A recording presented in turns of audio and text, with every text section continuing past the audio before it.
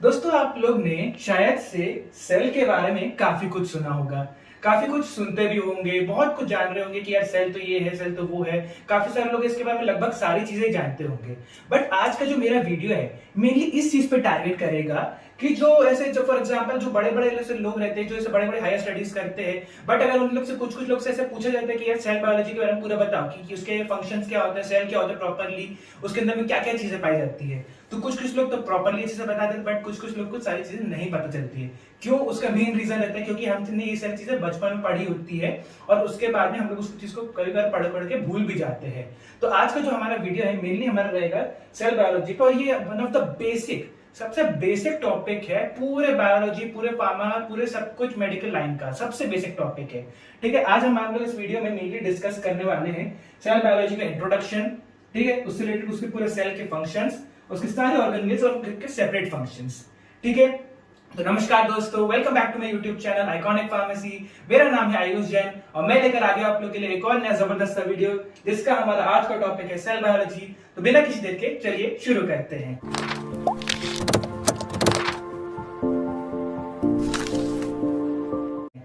तो दोस्तों जैसा आप लोग देख रहे हैं मैंने यहाँ पर लिख के रखा है सेल बायोलॉजी, और अगर हम लोग सबसे पहले स्टार्टिंग करेंगे इसके इंट्रोडक्शन से, तो इंट्रोडक्शन में अगर आप लोग को बताना चाहिए कि क्या बताएंगे व्हाट इज सेल बायोलॉजी, तो आप लोग क्या लिख सकते हैं? सबसे पहले तो आप लोग को इसमें लिखना पड़ेगा व्हाट इज सेल। ठीक है, फिर उसके बाद रिलेटेड आप उससे बताएंगे उसकी जो इंफॉर्मेशन, जो एकदम बेसिक इंफॉर्मेशन है। अगर आप लोग को नंबर चाहिए तो आप लोग उसकी सबसे बेसिक इंफॉर्मेशन आराम से लिख सकते हैं। ठीक है, तो ये हमारे होते हैं पूरी बायोलॉजी, मतलब कि उसके पूरे रिलेटेड स्ट्रक्चर, उसके फंक्शंस, एक तरह से उसकी एनाटॉमी, मॉर्फोलॉजी, फिजियोलॉजी, सब कुछ। ठीक है, तो यहाँ पे अगर हम लोग सबसे पहले स्टार्ट करें सेल से, ठीक है, कि भाई व्हाट इज सेल। ठीक है, तो सेल को हम लोग एक लाइन में क्या लिख सकते हैं? Cell is the structural and functional unit of life या फिर लिविंग ऑर्गेनिज्म। ठीक है, अब मैंने यहां पे लिखा है structural and functional unit of life. ठीक है, structural and functional unit of life. अब इन दोनों का रीजन ये है क्योंकि अगर हम लोग इसको यहाँ पे देखा जाए ना, तो यही मतलब जो हमारा सबसे बेसिक पार्ट होता है पूरे ह्यूमन बॉडी का, जिसमें अगर आप बहुत बोलते हैं कि बहुत सारे सेल्स मिलके एक साथ टिश्यू बनाते हैं, फिर बहुत सारे टिश्यू मिलके एक साथ पूरी एकदम नर्व बनाते हैं, तो सेम उसी तरीके से रहता है। It is the structural functional, या फिर कह सकते हैं कि एक तरीके से फंडामेंटल यूनिट ऑफ लाइफ। ठीक है, फंडामेंटल जैसे बोलते हैं ना किसी चीज का बिल्डिंग ब्लॉक, यहां मतलब कि सबसे स्टार्टिंग चीज यही रहेगी। ठीक है, तो यहां जैसे हमारा कोई भी नया बेबी बॉर्न होता है उसमें सबसे पहले क्या होता है, उसके अंदर के सेल्स बनना स्टार्ट होते हैं। ठीक है, तो यहां पे ये होता है कि फंडामेंटल यूनिट ऑफ लाइफ। ठीक है, अब यहाँ पे ये तो हो गई उसकी एक नंबर की डेफिनेशन। अब आपको इससे जुड़ी मेन इंफॉर्मेशन बताता हूं। तो इसको सबसे पहले डिस्कवर किसने किया था? डिस्कवर्ड बाय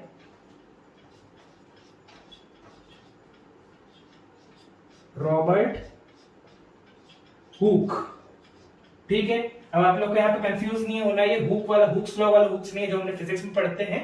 ये दूसरे वाले हमारे साइंटिस्ट थे, एक तरीके से कह सकते हैं बायोलॉजिस्ट थे, और यहाँ पे उनका पूरा नाम है रॉबर्ट हुक। और इन्होंने कब की थी डिस्कवरी? इन्होंने की थी ये 1665 में, मतलब तब की थी जब हमारे पूर्वज भी पैदा नहीं हुए थे एक तरीके से। ठीक है, तो उस टाइम पे उन्होंने सेल को यहाँ पे डिस्कवर कर दिया था, और सोचिए कितना इंपॉर्टेंट चीज उन्होंने डिस्कवर करी जिसके बारे में हम लोग कोई जानते ही नहीं थे। ठीक है, तो ये सबसे जुड़ी हुई सबसे बेसिक इंफॉर्मेशन। अब अगर हम लोग आ जाए कि भाई सेल का प्रॉपर फंक्शन क्या रहता है, माने कि हमने जान तो लिया कि क्या हो गया है सेल। ठीक है, अब इससे जुड़े फंक्शंस। ठीक है, सेल के मल्टीपल फंक्शंस रहते हैं। तो पहला फंक्शन अगर देखा जाए, सबसे इंपॉर्टेंट फंक्शन ये है प्रोवाइड स्ट्रक्चर टू बॉडी या फिर ऑर्गन्स। ठीक है, ये हो गया इसका सबसे प्राइमरी फंक्शन। ठीक है, दूसरा है इसका टेक न्यूट्रिएंट्स फ्रॉम फूड। ठीक है, थर्ड हो गया इसका कन्वर्ट न्यूट्रिएंट्स इनटू एनर्जी। ठीक है, फोर्थ हो गया इसका परफॉर्म स्पेसिफिक फंक्शन। ठीक है, पहले ये 4 फंक्शन पढ़ लेते हैं हम लोग उसके बारे में, उसके बाद देखेंगे इसके जो नेक्स्ट 2 फंक्शन है जो इसके बेसिक फंक्शंस में से आते हैं, उसके बाद हम लोग इस पर बाद में नजर डालेंगे। ठीक है, सबसे पहले इसका स्ट्रक्चर टू द बॉडी या फिर किसी भी ऑर्गन के लिए उसका स्ट्रक्चर प्रोवाइड करना। ठीक है, जैसे हम लोग घर बनाते हैं, सब ईंटों से स्टार्ट करते हैं ना, सारी चीजें ईंटें गिट्टी एकदम मुरुम सब कुछ यूज करते हैं उसमें। तो हम लोग ईंटों को कैसे करते हैं, तरीके से एक के बाद एक अरेंज करते जाते हैं, तो उसके लिए पूरी बिल्डिंग खड़ी होती है, धीरे धीरे करके पूरी दीवार खड़ी होती है। सेम उसी तरह से हमारा सेल यहाँ पे जो है काम करेगा। ठीक है, उसके बाद में यहाँ पे है टेक न्यूट्रिएंट्स फ्रॉम फूड। हमने खाना खाया, ठीक है, खाने में हमारे बहुत सारे टाइप के न्यूट्रिएंट्स रहते हैं, माइक्रो न्यूट्रिएंट्स रहते हैं, मैक्रो न्यूट्रिएंट्स रहते हैं, प्रोटीन रहते हैं, बहुत सारी जो चीजें रहती है वो हमारा कौन रहेगा, उसको सेल हमारे लेते हैं, एब्जॉर्ब करेंगे एक तरीके से। ये मैं आपको बहुत ब्रॉडर वे में बता रहा हूँ, बहुत सारे सिंपलेस्ट वे में बता रहा हूँ। ठीक है, अब उन्होंने न्यूट्रिएंट ले लिया तो उसको क्या करेंगे, कन्वर्ट करेंगे किसमें, एनर्जी में। तो यहाँ पे हम लोग उसको एनर्जी में कन्वर्ट कर लेते हैं प्रॉपरली। ठीक है, तब हमको हमारे सारी चीजों को परफॉर्म करने की ताकत मिल जाती है, सारे एक्शंस को परफॉर्म करने की ताकत मिलेगी। ठीक है, उसके है परफॉर्म स्पेसिफिक फंक्शंस। ठीक है, माने कि अब हर ऑर्गन का अलग अलग टाइप का फंक्शन रहता है। ठीक है, और हर ऑर्गन में अलग अलग टाइप के सेल्स रहते हैं। तो मैंने इसीलिए यहाँ पे लिखा है कि परफॉर्म स्पेसिफिक फंक्शन। स्पेसिफिक माने कि एक पर्टिकुलर फंक्शन उसका। ठीक है, अब ये तो है नहीं कि ऐसे हार्ट जैसे अगर पंप कर रहा है तो ब्रेन अगर उसकी जैसे वो काम करेगा, नहीं, वैसा तो बिल्कुल नहीं होता है, सबका अलग अलग रहेगा। तो वहां पे अलग अलग टाइप के सेल्स भी रहते हैं। ठीक है, ये तो मेन इसके 4 प्राइमरी फंक्शन हो गए, और 2 इसके सेकेंडरी फंक्शन रहते हैं। वो है स्टोर्स जेनेटिक इंफॉर्मेशन। ठीक है, और अगला है रेप्लिकेट एंड मेक कॉपीज। ठीक है, अब यहां पे मैंने ये दोनों चीजें लिखी है, ये हमारे प्राइमरी फंक्शन से थोड़े से बदल के हमारे सेकेंडरी फंक्शन होते हैं। ठीक है, अब यहाँ पे ये लोग मैंने लिखा है यहाँ पे स्टोर्स जेनेटिक इंफॉर्मेशन, माने कि एक तरीके से हमारा क्या होता है, सबसे बेसिक जेनेटिक मटेरियल वो होता है हमारा डीएनए। ठीक है, मतलब कि वो भी एक तरीके से फंडामेंटल यूनिट ऑफ लाइफ है। सब चीज बोलते हैं ना कि हमारा डीएनए इसके अंदर है, हमारा उसके डीएनए है, सब बोलते हैं डीएनए का एक्सट्रैक्शन कर रहे हैं, सब बहुत सारी चीजों का। ठीक है, तो यहाँ पे जेनेटिक इंफॉर्मेशन हमने कि डीएनए आरएनए सब चीज को यहाँ पे स्टोर करेगा। ठीक है, और यहाँ पे है कि रेप्लिकेट, माने कि अपने जैसे फिर और काम करना, एक तरह से डिवाइड होएगा फिर मल्टीप्लाई होएगा।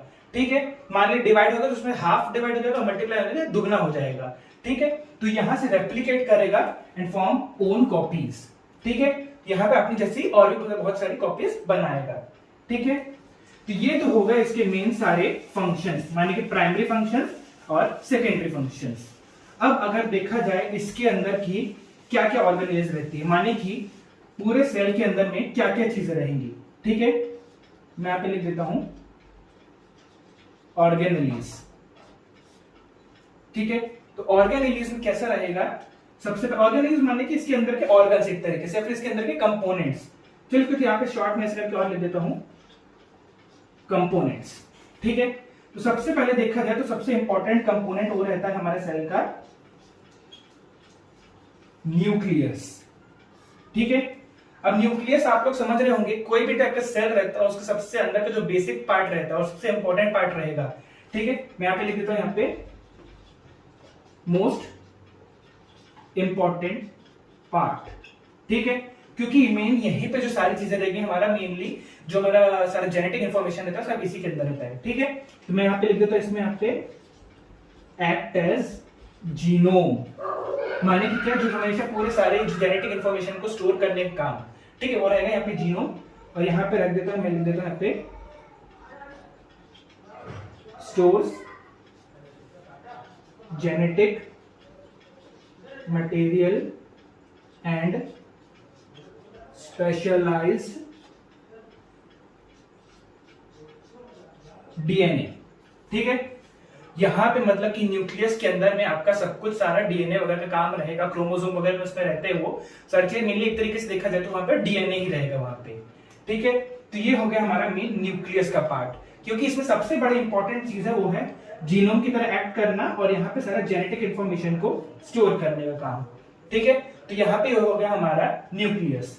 अब न्यूक्लियस के अंदर जाते हैं तो एक और चीज आती है, वो रहती है हमारी न्यूक्लियोलस।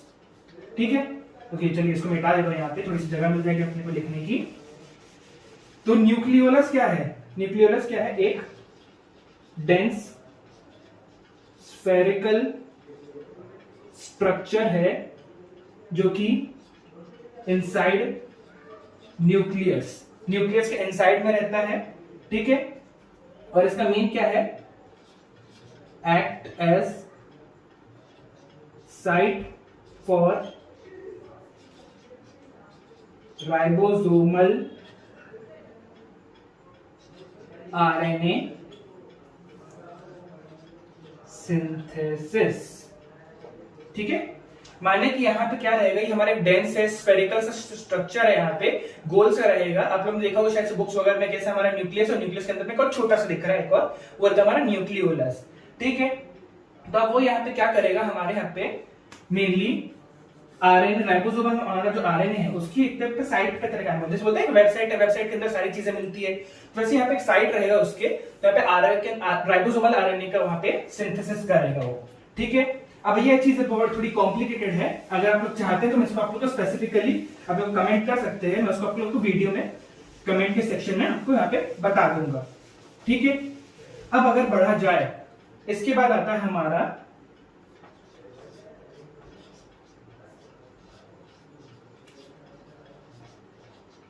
माइटोकॉन्ड्रिया।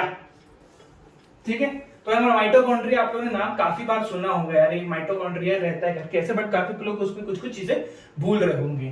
ठीक है, माइटोकॉन्ड्रिया क्या है? ये हमारा पावर हाउस ऑफ सेल। ठीक है, एकदम बच्चों वाली डेफिनेशन है, लेकिन काफी सारे लोग उसको भूल जाते हैं। ठीक है, सेल का हमारे यहाँ पे पावर हाउस रहता है, मतलब कि पूरी जो हमारी सारी एनर्जी वाली जो सारी चीजें रहेंगी यहाँ पे, ठीक है, वो सारा कौन हमारा रेगुलेट करेगा एक तरीके से, वो करेगा हमारा माइटोकॉन्ड्रिया। अब इसका मेन फंक्शन क्या रहता है? Generates ATP. ठीक है, या फिर इसको अपन लोग कह सकते हैं कि generates energy in the form of ATP. ठीक है, अब एटीपी क्या होता है, आप लोगों ने प्रीवियस वीडियोस देखे हो तो उसमें रहता है फुल फॉर्म उसका, अभी फिर से बता देता हूं, वो रहता है एडेनोसिन ट्राई फॉस्फेट। ठीक है, तो ये हो गया हमारा एटीपी का फुल फॉर्म। थोड़ी सी मतलब कॉम्प्लिकेटेड चीज है, आप लोग प्रीवियस वीडियोस देखेंगे तो आप लोगों को समझ में आया होगा।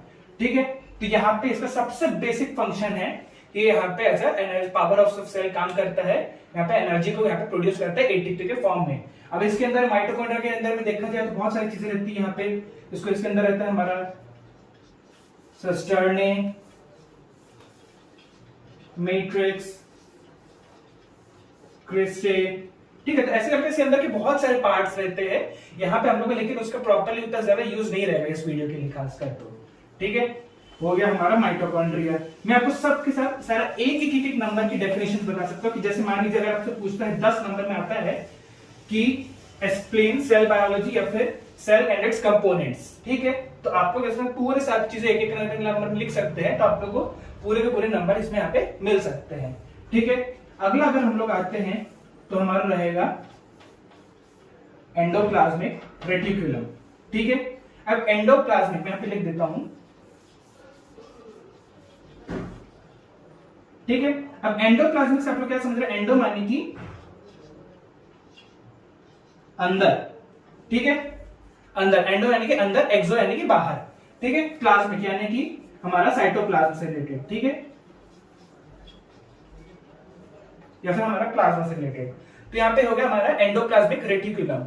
ठीक है, अब ये क्या मेन काम करता है हमारे, एक तरीके से क्या करता है? ट्रांसपोर्ट मैकेनिज्म है हमारे सेल का। ठीक है, अब ट्रांसपोर्ट मैकेनिज्म क्यों है? अब इसको अगर आप लोग बोलने चाहे तो आप लोग बोल सकते हैं transport mechanism of a cell, ठीक है। अब इसका मेन अगर फंक्शन देखा जाए वो रहता है यहाँ पे क्या, ये क्या करेगा यहाँ पे सिंथेसिस, ठीक है, स्टोरेज एंड सिक्रीट प्रोटीन्स, ठीक है, टू गोल्जी बॉडी, ठीक है। अब यहाँ पे हमारे जो प्रोटीन्स रहते हैं, ठीक है, प्रोटीन ज्यादा हम लोग मैक्रोमोलिक्यूल्स रहते हैं, मैंने आपको एक स्पेसिफिक वीडियो बनाई है प्रोटीन्स के ऊपर में। तो यहाँ पे हमारा एंडोप्लाज्म क्या करेगा, यहाँ पे रेटिकुलम जो हमारे प्रोटीन्स है, ठीक है, उसको वहां पे सिंथेसाइज करने का काम करेगा, उसको वहां पे स्टोर करने का काम करेगा और उसको यहाँ पे एक तरह से गोल्जी बॉडी की तरफ में सिक्रीट करेगा, ठीक है।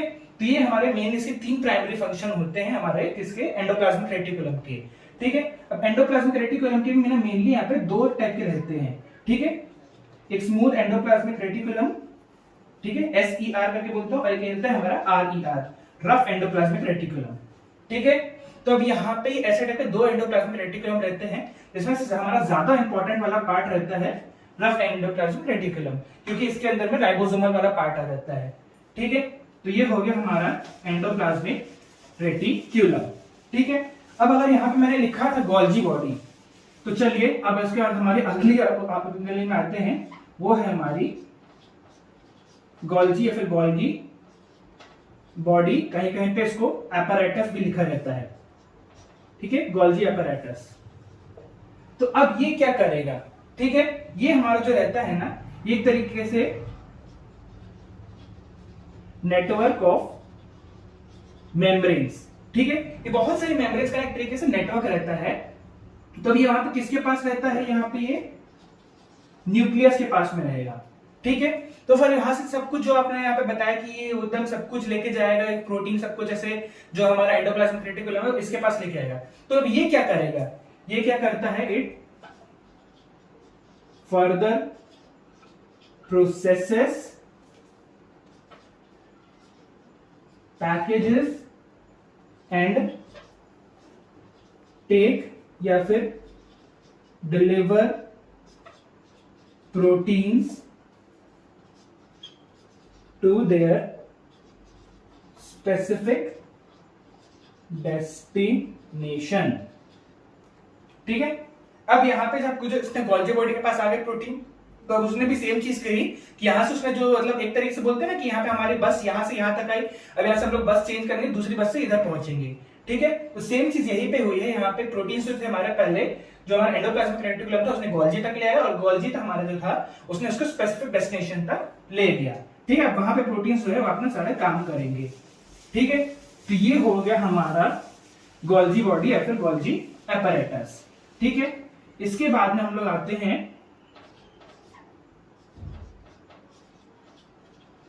राइबोसोम्स पर, ठीक है। अब राइबोसोम्स क्या होते हैं, ये एक तरीके से फैक्ट्री है, फैक्ट्री लेकिन किसकी, प्रोटीन की, ठीक है। क्यों प्रोटीन की फैक्ट्री है, क्योंकि यहां पे मेनली क्या होता है, प्रोडक्शन ऑफ प्रोटीन्स, ठीक है।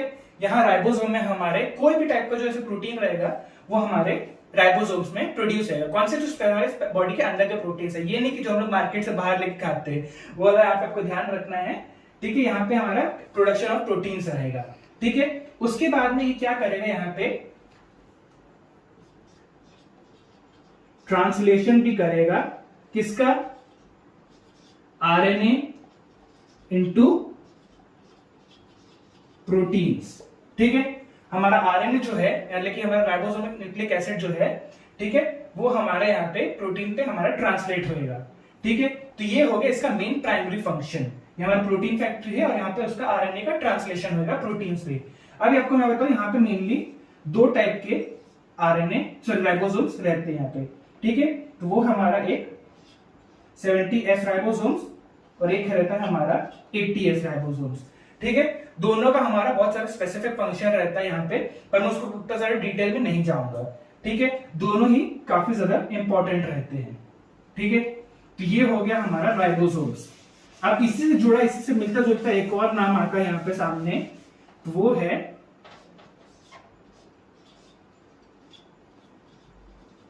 लाइसोसोम्स। ठीक है, अब ये लाइसोसोम्स क्या करते हैं, दोनों थोड़ा सा मिलते जुलते वर्ड लग रहे हैं, राइबोसोम लाइबोसोम लाइसोसोम सॉरी। तो इसी टाइप से यहाँ पे अब ये क्या काम करेगा, ये मेनली काम करता है एक तरीके से सुसाइडल बैग्स। ठीक है, हाँ, आप लोगों को लग रहा होगा सुन के यहाँ पे सुसाइडल क्या हो, क्योंकि यहाँ पे सुसाइड करते वो लोग, करेक्ट है कि वो लोग यहाँ पे सुसाइड ही करते हैं। वो यहाँ पे क्या करते हैं, डीजेनरेट्स, ठीक है, and digests own cell components और own cell।